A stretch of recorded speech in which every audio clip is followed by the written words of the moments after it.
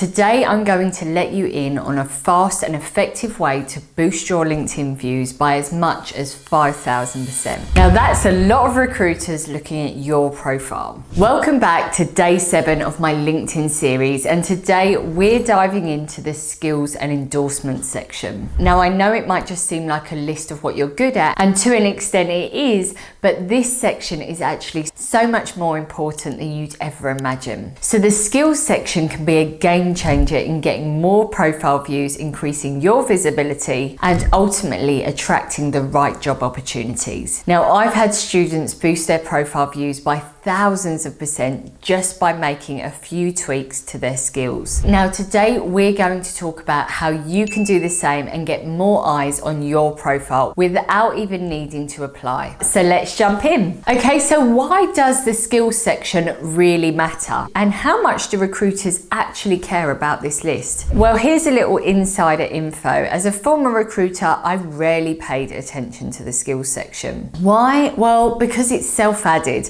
When someone claims they're an Excel expert or a Java guru, there's no guarantee that they actually are. Recruiters know this, so don't expect them to take your word for it just because you added it here. But here's where it gets interesting. The skills section isn't just for recruiters' direct viewing. It's actually a powerful tool for LinkedIn's algorithm. By adding the right skills, you're basically optimizing your profile to show up in more recruiter searches. It's kind of like the search engine optimization, or SEO, but for your LinkedIn profile. More views mean more chances for interview invites, and that's what we're going to set up today. So let's start with the basics of how to add and manage your skills. So to get started, scroll down to your skills and endorsements section. Now you can add up to 50 skills on LinkedIn, so make sure each one counts. Now think about what's the most relevant to the jobs you're aiming for. Now to add skills, just click on add new skills in your profile section, or go to the top and click add profile section. LinkedIn will give you suggestions based on what's already in your profile. Now if LinkedIn suggests skills that align with your experience and target roles, go ahead and add those. Otherwise, you can type in your own. Now personally, I'd recommend going through the job descriptions for the roles that you're targeting and using the skills that you see time and time again. Now here's something that's a bit of a hidden gem. LinkedIn lets you pin your top 5 skills, so they're the first ones recruiters see. So if you're going for a marketing role, pin skills like digital marketing or SEO skills so they are actually relevant to the role that you're applying for. Now think of these top 5 as your headliner skills. They're what recruiters will see first, so make them count. Now another great feature LinkedIn has is skill assessments, and this is where you can add a bit more credibility. So if you're applying for a role that requires technical skills like programming, Excel or Photoshop, you can take LinkedIn's self-assessment. Now if you pass, you get a badge on your profile that verifies you're skilled in this area, and if you don't pass, well, it just stays private. So there really is no downside to trying this out. Now it's a great way to show recruiters that you're not just claiming to know a skill, you're actually qualified. Now for one of my favorite LinkedIn hacks. Now this is one that can really make a difference on how many people see your profile. Now I've had students who have boosted their views by thousands of % just by using this one simple trick. So here's how it works. So head over to the jobs tab on LinkedIn and open a job posting in your field. Now look for the skills match icon, or if you have premium, use the skills match box. Now LinkedIn rolls out things to different people at different times, so you may not have this option just yet, but this will show LinkedIn's list of top skills for this job,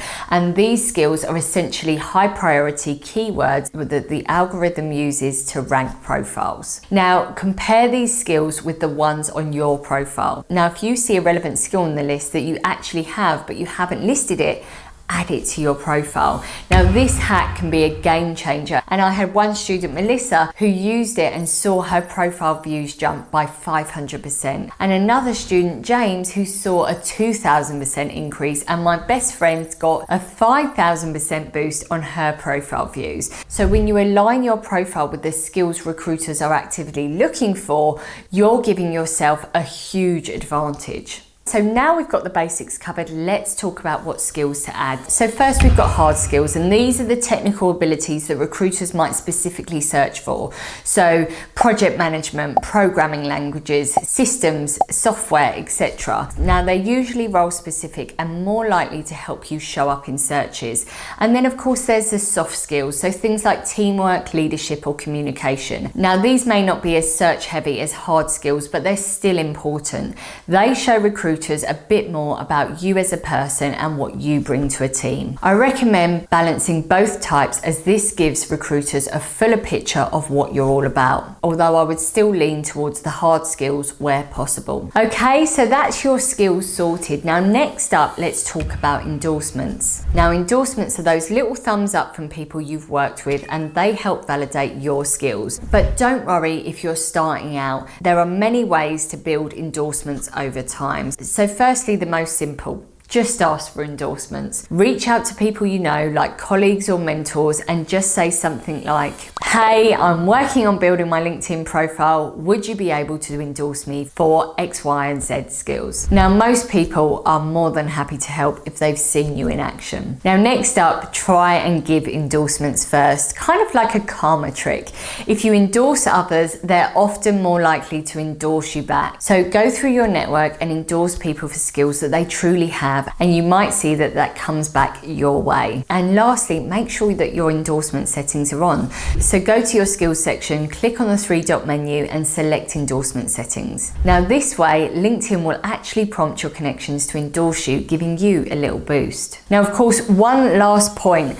Don't forget to keep this section up to date. As you gain new skills, or if you're shifting focus in your career, update your skills section to reflect those changes. And here's a pro tip. Keep an eye on job postings to see if there are any new skills or trends that are popping up. If you see the same skill coming up repeatedly in postings for roles you're interested in, and you genuinely have experience in that area, add it to your profile.